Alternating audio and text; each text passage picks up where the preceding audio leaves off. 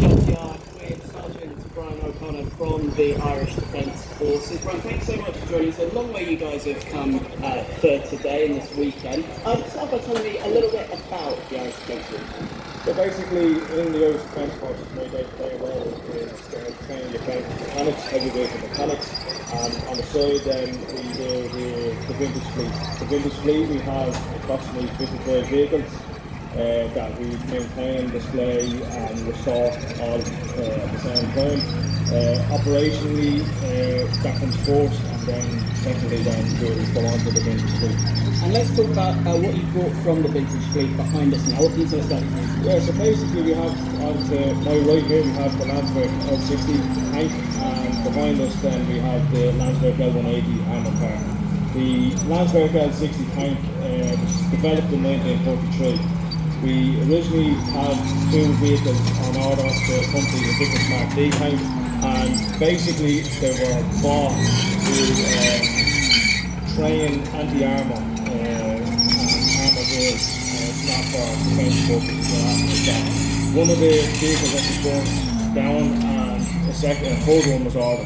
They arrived between 1944 and 1945. We believe that this engine and this car behind us is the last original one that's in running order as well. It's the original 7.9 V8 bus and nag. So we're proud that we have one, and we said we'd have to bring it to Tankfest at some stage, and this is the year that we brought it.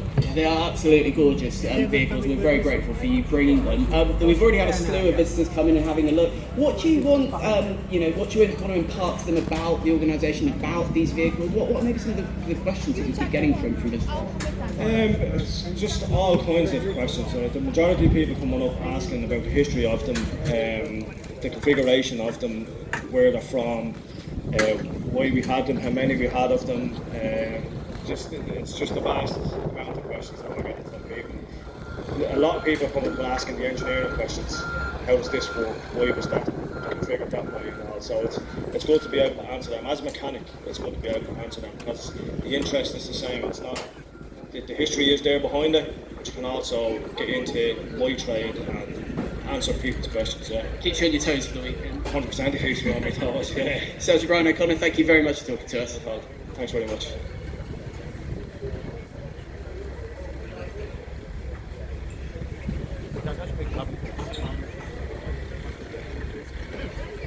Take care in the heat. Free water refill stations are available across site. Be sure to wear sun cream. Explore our exhibits and cool off in the museum and Vehicle Conservation Centre at the same time. Feeling unwell? Speak to a member of staff or visit First Aid by admissions. The Friends of the Tank Museum, because this history doesn't look after itself. Your support ensures that the story of the tank and the people that served in them is safe forever. The Friends of the Tank Museum is a global body of supporters who share one passion: preserving the world's finest collection of tanks. Join today. Support our work. Shape our future. Get closer to the collection. tankmuseum.org/friends.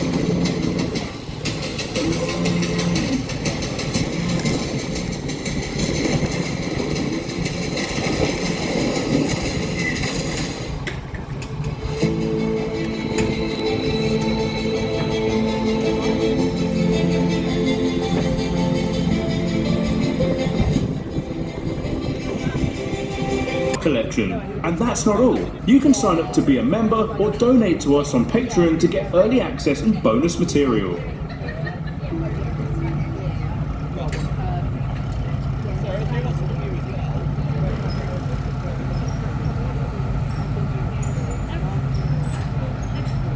So I'm here with Sarah, the head of marketing of Draper Tools in the Tank Story Hall.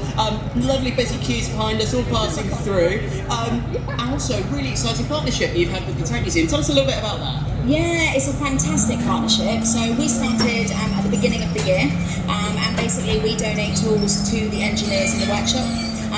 The vehicles, they're incredible and they're quite complex, so they need a certain variety of tools, and we've been able to donate that to them. And that variety of tools, any of the eagle-eyed viewers of our workshop channel will have maybe seen some of them. Tell us about some of those tools that have been given to the team. Yeah, so we supplied lots of tools, so things from socket sets, we supplied roller cabinets just to help keep everything in order.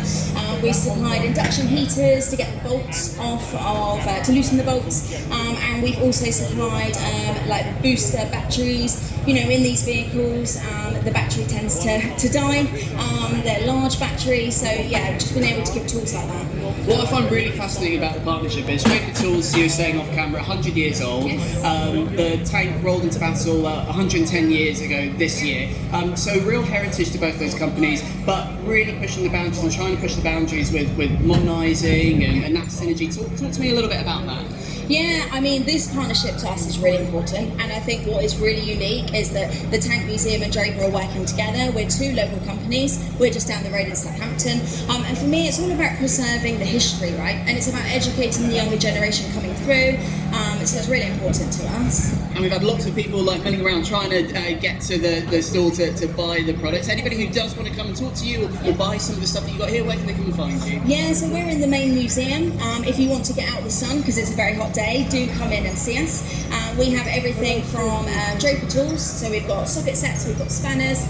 We also have DX Pulse, which is our new range of power tools, and we also have bunker storage, which is our NATO green kind of boxes that you see and our cool boxes. So lots of show deals. Absolutely, Sarah. Thank you so much for talking to us. Thank you for having me.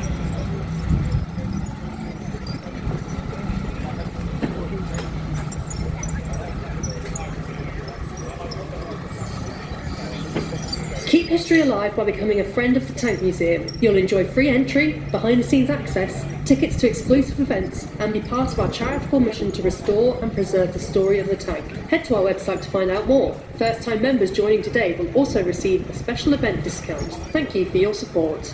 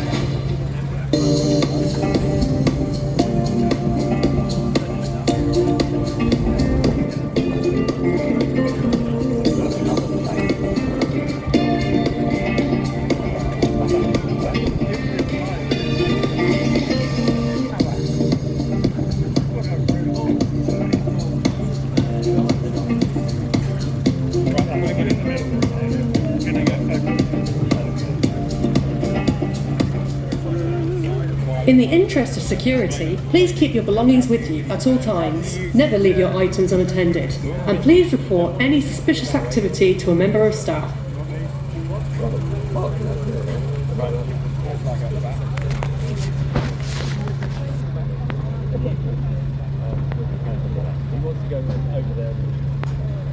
I'm going to ask you all a question. Why do some tanks have sloped armour? Well, I'm guessing you said something along the lines of it causes incoming tank rounds to bounce off.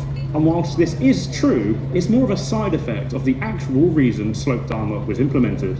One of the first tanks to effectively implement sloped armour was the Soviet T-34, a tank that had lasting influence over later tank design.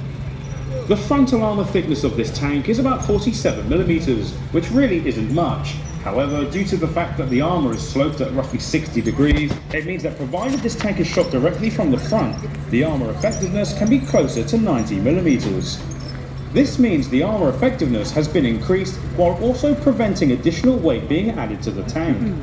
There's a lot of discussion as to whether or not the Soviet T-34 was a good tank or not, but one thing that can definitely be agreed upon is that it heavily influenced future tank design, especially with vehicles like the German Panther. Bar armour. It looks flimsy, it looks rather odd, and it looks like it might not do much.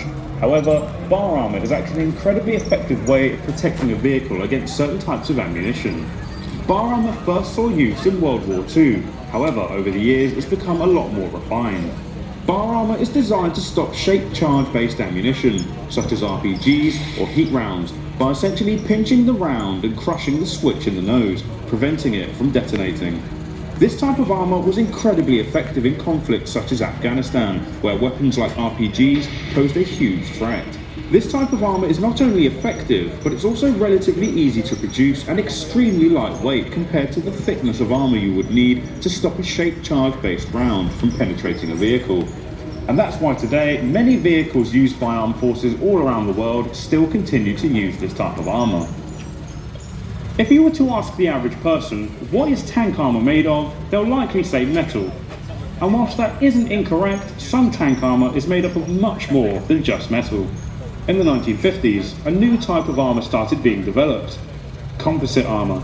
A combination of different materials, designed to be more effective than regular armour. Imagine a sandwich, except instead of bread, you have steel. And the fillings could be made up of ceramics, plastics, and even rubber. These different materials can reduce the effectiveness of tank ammunition. Composite armour can be very effective against heat rounds, as it's able to prevent the formation of the high-speed jet of metal that this round uses to penetrate armour. The different materials can also absorb the kinetic energy of armour-piercing rounds.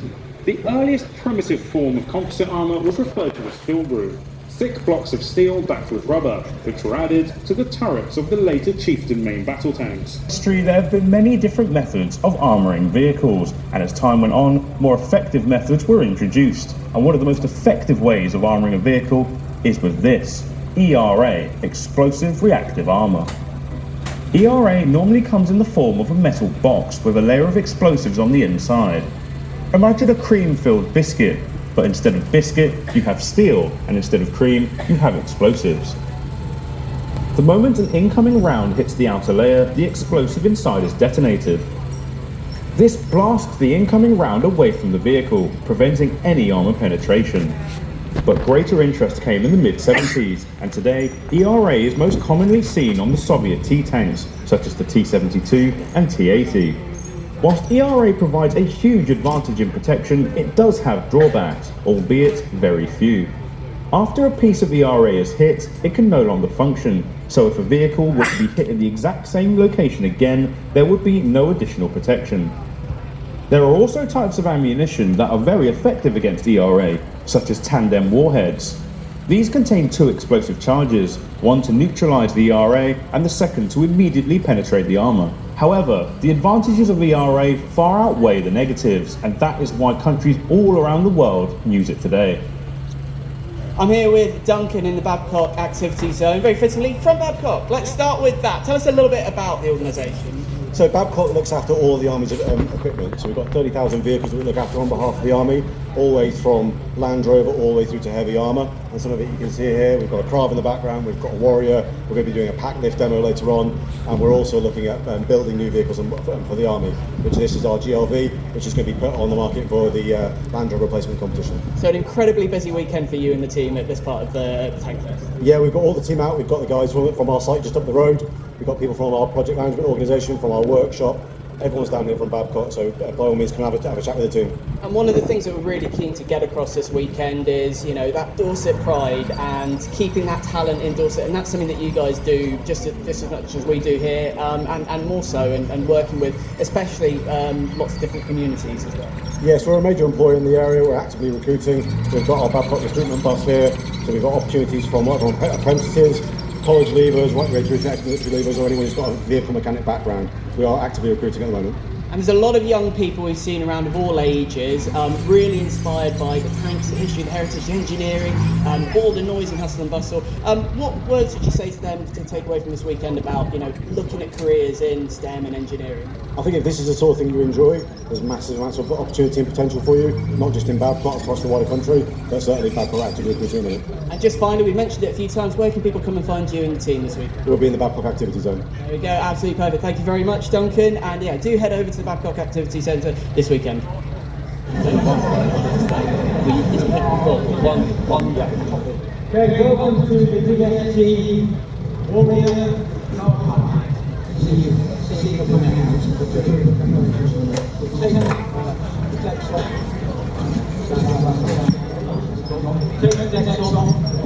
Where the vehicles out. Of course, the problem is with most army vehicles is it's exactly the same. The big difference is obviously you have your helmets on. Okay, Darren, show your hand. Darren, fancy yellow helmet. Darren did an apprenticeship with a motor vehicle institution and then came and joined Babcock in 2012, which he's worked for 14 years. His role now is a supervisor of the line that builds the Challenger 3 hulls, which are built in Babcock about 1.5 miles away from here. Equipment across the British Army, ranging from Warrior, Bulldog, Trojan Tiger and Terrier, and supports the Combat Maneuver Centre, which is the Army.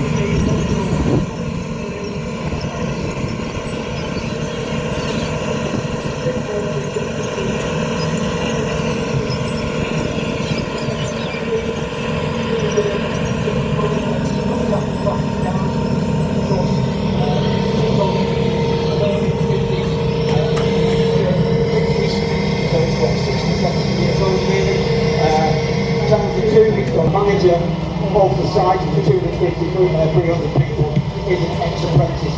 It was an engineering problem, and therefore everyone knows what they're talking about. A bit like my background. Like the Warrior, they're pretty much the all bits, we've covered that already. Now they're going to get the pack out, for about 3 or 4 trips depending. And the next one's going to have a go to keep changing them, obviously tactics are developing. We have a Krav, a 512 Warrior air vehicle, and a Bulldog, which is the tippy wagon. Why we call it tippy wagon? Well, the outfit will be the senior engineer within a fitter section, within a squadron. And that will charge you around 200 or 300 kilograms to the weight of the power pack. The Challenger pack is just on about 6 tons, and it goes out very, very tight. There's a little power parts on there that are very close to the side. One of the areas we're going to look at is the oil filler and the gearbox. Darren, of course, has got that to happen, so we can go up and make sure the guys are doing practical way. We're doing it back to the way.